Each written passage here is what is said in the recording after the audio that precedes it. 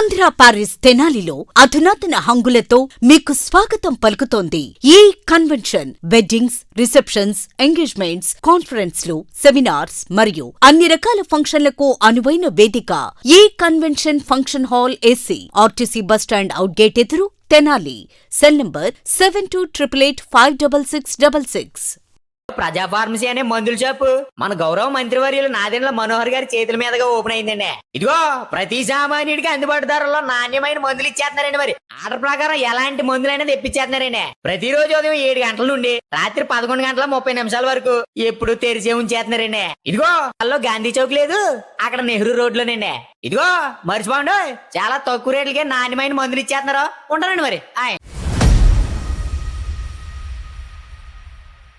తెనాలి మండలం పెదరావూరులోని దత్తపీఠంలో శ్రీ గణపతి సచ్చిదానంద స్వామీజీ వారి ప్రత్యక్ష పర్యవేక్షణలో సంక్రాంతి వేడుకలు ఎంతో ఘనంగా జరుగుతూ ఉన్నాయి. నిన్న ఆదివారం నుండి ఈ నెల 17వ తేదీ వరకు కూడా వారం రోజుల పాటు ఎంతో భక్తిపూర్వకంగా కూడా ఈ సంక్రాంతి వేడుకలు నిర్వహిస్తూ ఉన్నారు. శ్రీ గణపతి సచ్చిదానంద స్వామీజీ పాల్గొని ప్రత్యేకంగా భక్తులను ఉద్దేశించి అనుగ్రహ భాషణం అయితే చేస్తూ ఉన్నారు.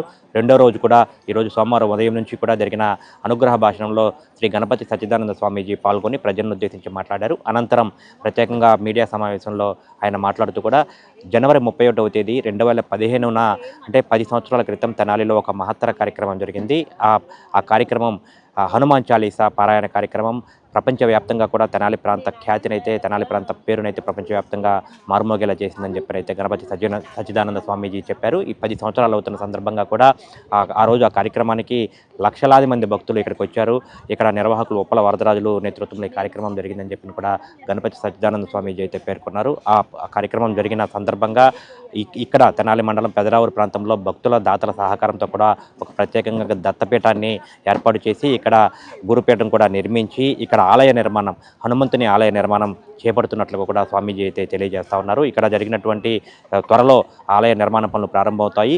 తెనాలి ప్రాంతానికే కూడా ఎంతో విశేషంగా కూడా ఈ ఆలయ నిర్మాణం జరగబోతా ఉందని చెప్పి అయితే గణపతి సచ్చిదానంద స్వామీజీ అయితే చెప్తా ఉన్నారు. ఈ కార్యక్రమంలో భక్తులందరూ పాల్గొనాలని చెప్పి చెప్తా ఉన్నారు. అట్లాగే బుధవారం సాయంత్రం చెంచుపేటలో ఉన్నటువంటి శ్రీ పద్మావతి కళ్యాణ మండపంలో రాగసాగర అనే కార్యక్రమం కూడా జరుగుతుందని చెప్పి అయితే స్వామీజీ తెలియజేశారు.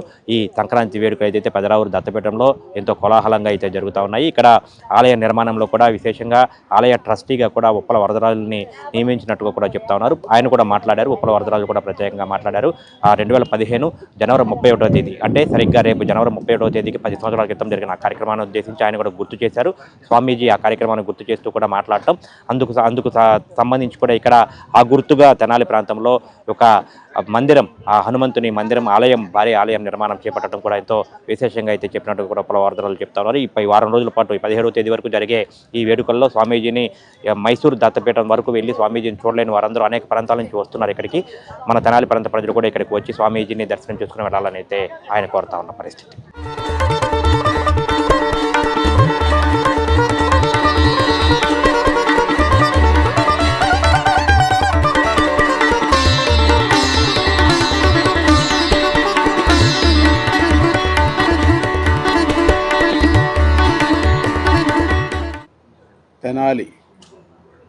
తెనాలి అంటూనే మనకు పురాణాలు, కథల్లో కూడా చెప్తూ ఉంటారు. తెనాలి రామకృష్ణ అంటూ ఉంటారు. ఏమో ఈ ప్రాంతం వారేమో తెనాలి మొత్తానికి 2015 31వ తారీఖు జనవరి ఇక్కడ ఒక అద్భుతం జరిగింది.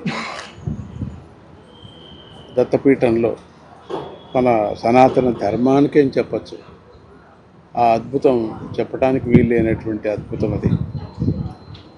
హనుమాన్ చాలీసా చేయాలని ఒక సంకల్పం చేసుకున్నారు ఇక్కడ ఉండేటువంటి కొంతమంది ప్రముఖులు. ఆ సందర్భంలో వచ్చి స్వామీజీని పిలిచారు. అయితే నువ్వు ఎంతమంది వస్తారు అని అడిగారు స్వామి. 10,000 మంది వరకు చేరుస్తా నేను అన్నారు. 1,00,000 వస్తే వస్తాను పో. అదొక మాట. ఏమో స్వామి కృప నుంచి కావచ్చేమో అని వెళ్ళి, ఎంత నమ్మకం అంటే ఆ భక్తుడికి ఆ 1,00,000కు కావలసినటువంటి 45 ఎకరాలకు ఇటువంటి పెండాలు వేసేసారు. దానికి కావలసినటువంటి ప్రసాదాలు అన్నీ ఏర్పాటు చేసేసారు. ఊరు ప్రజలు కూడా చాలా సహకరించారు. అటువంటి కార్యక్రమం చేయటానికి స్వామీజీ వచ్చారు. అన్ని బస్సులు, అన్ని సంస్థలు, అన్ని ఆటో వాళ్ళు ప్రతి ఒక్కరూ సహకరించారు. హనుమాన్ చాలీసా అంటే రాని అటువంటి వాళ్ళు ఎవరు లేరు, అందరికీ వచ్చు. చాలా ఇష్టం హనుమంతుడు అంటే. ఆ హనుమంతుడి యొక్క తత్వాన్ని, హనుమంతుడి యొక్క భక్తిని మన తెనాలిలో ఆ రోజు కనపడింది. 130,000 మంది రావటం జరిగింది. గిన్నీస్ వాళ్ళకి మేమేం చెప్పలేదు, వాళ్ళంతకు వాళ్ళే వచ్చారు.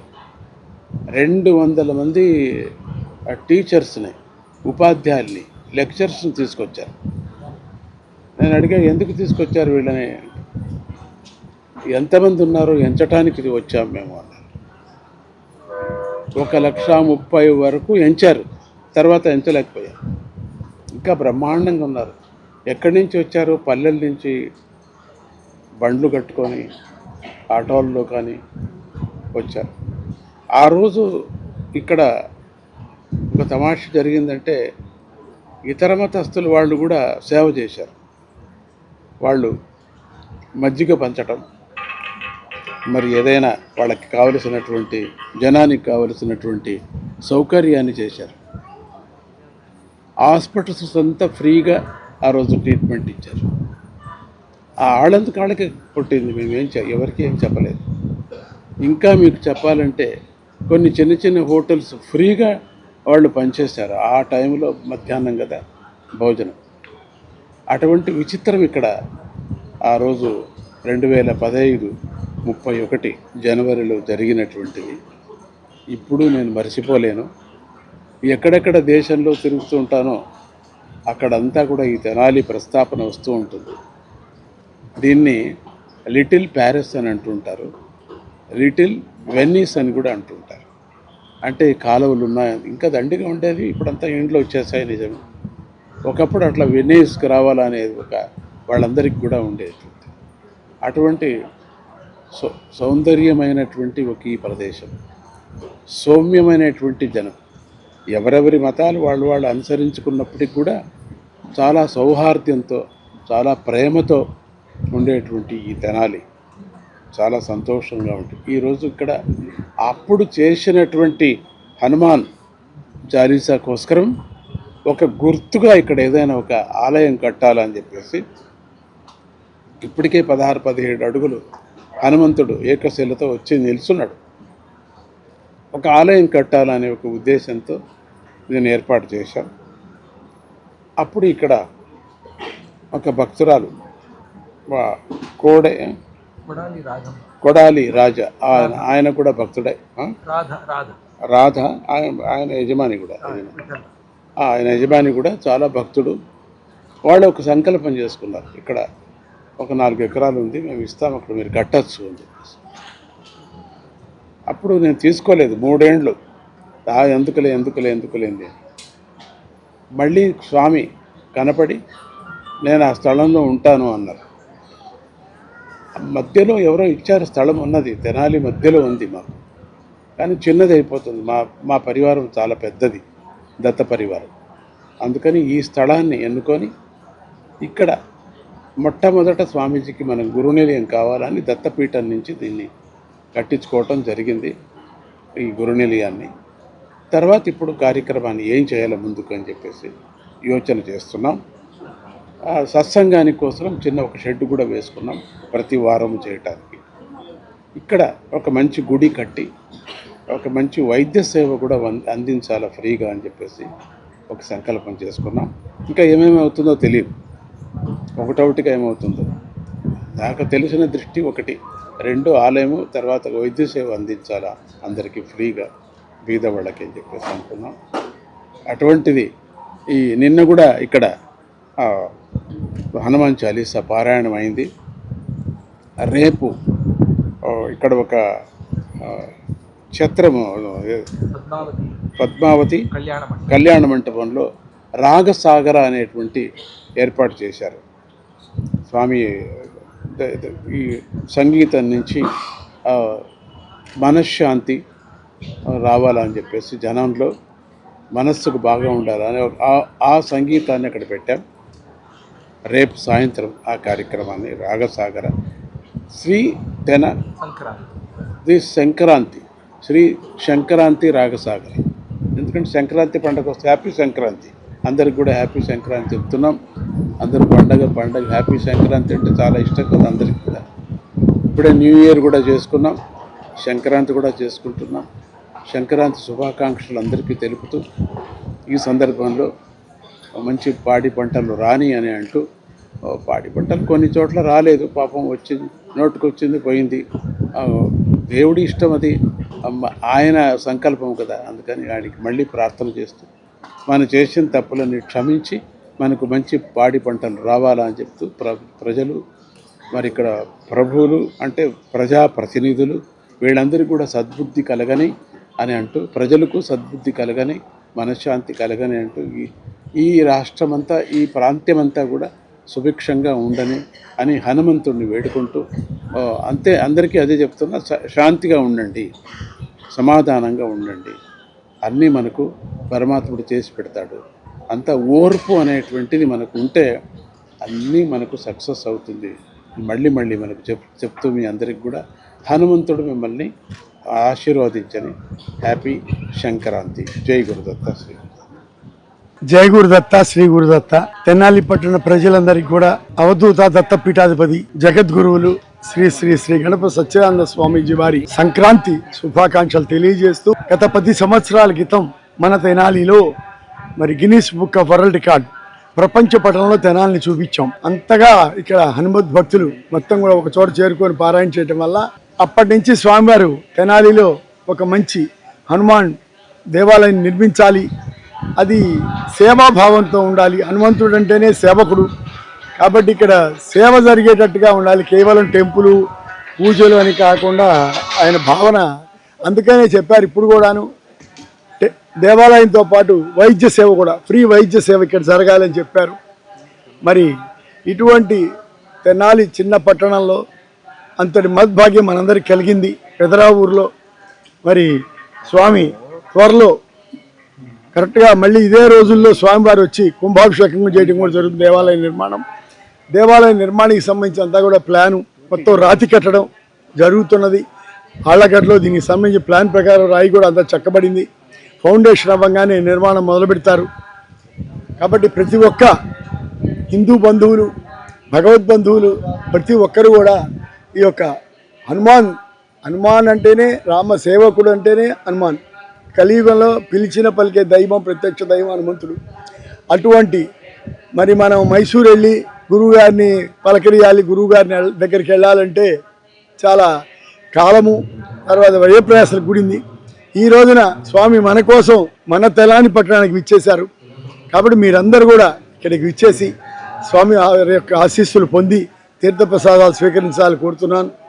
అట్లానే మరి ఈ యొక్క దేవాలయ నిర్మాణంలో ఒక ట్రస్ట్ బోర్డు ఏర్పాటు చేస్తున్నారు.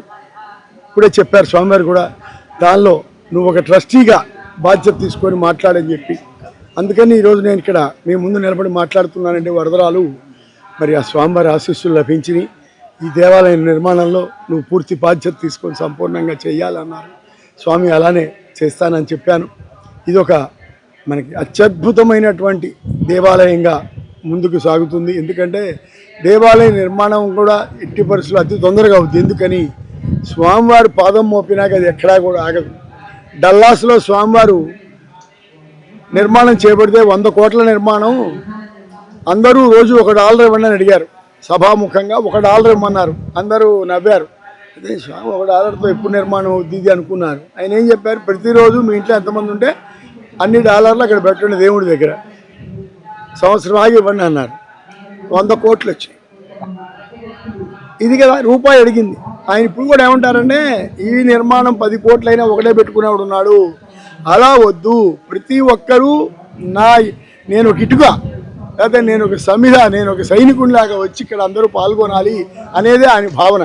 కేవలం డబ్బుతో నిర్మాణం చేసే ఎన్ని కోట్లు ఖర్చు పెట్టి దేవాలయం కట్టినా ఆ దేవాలయానికి భక్తులు రాకపోతే విశేషంగా దేవాలయం ఎందుకు కట్టినట్టు? ధూపదీప నైవేద్యాలు పెట్టినా భక్తులు రావాలి. విశేషంగా భక్తులు రావాలంటే ఆ భక్తుల కమిట్మెంట్ ఉండాలి. ఇక్కడ ఈ దేవాలయంలో నేను కూడా ఒక మెంబర్ని, నేను కూడా నా రూపాయి ఇక్కడ వెచ్చించాను అనే భావన ఉన్నప్పుడు అతను వస్తాడు. అందుకని ప్రతి ఒక్క భక్తుడు, తెనాల్లో ఉన్న ప్రతి ఒక్క భగవద్బంధువులు అందరూ కూడా ఈ యొక్క కార్యక్రమంలో ఇచ్చేయండి. 17వ తేదీ సాయంత్రం వరకు స్వామివారు ఇక్కడ ఉంటారు. మనం వెళ్ళలేము, ఎక్కడెక్కడో జరుగుతుండే, ఇప్పుడు ఎక్కడెక్కడి నుంచో వస్తున్నారు ఇక్కడికి. తెనాలి పట్టణంలో 3 కిలోమీటర్ల ఉన్న పెదరావురికి మనందరం కూడా ఇచ్చేసి ఈ సంవత్సరం, ఈ నూతన సంవత్సరం 2026 మనందరికీ స్వామివారి అసలు సంపూర్ణంగా లభించాలని ఆ దేవదేవుడైనటువంటి ఆ ఆంజనేయుని ప్రార్థిస్తూ సెలవు. తెనాలి వస్త్ర వ్యాపార రంగంలో అత్యంత క్వాలిటీతో 30 ఏళ్లుగా విశేష అనుభవం కలిగిన రిమ్ జిమ్ రెడీమేడ్ గార్మెంట్స్ వారి 30వ వార్షికోత్సవ శుభాకాంక్షలతో క్రిస్మస్, నూతన సంవత్సర మరియు సంక్రాంతి పండుగల అదిరిపోయే స్పెషల్ ఆఫర్స్ ఇప్పుడు మీకోసం. 2 కొంటే 1 ఉచితం. బాయ్స్, జెంట్స్ మరియు లేడీస్ సెలక్షన్స్ లో కళ్ళు చెదిరే కలెక్షన్స్ మరియు ఆఫర్స్. త్వరపడండి, ఆఫర్ స్టాక్ ఉన్నంత వరకు మాత్రమే. Rim gym readymade garments, main road, Tenali. Cell number 9704260669.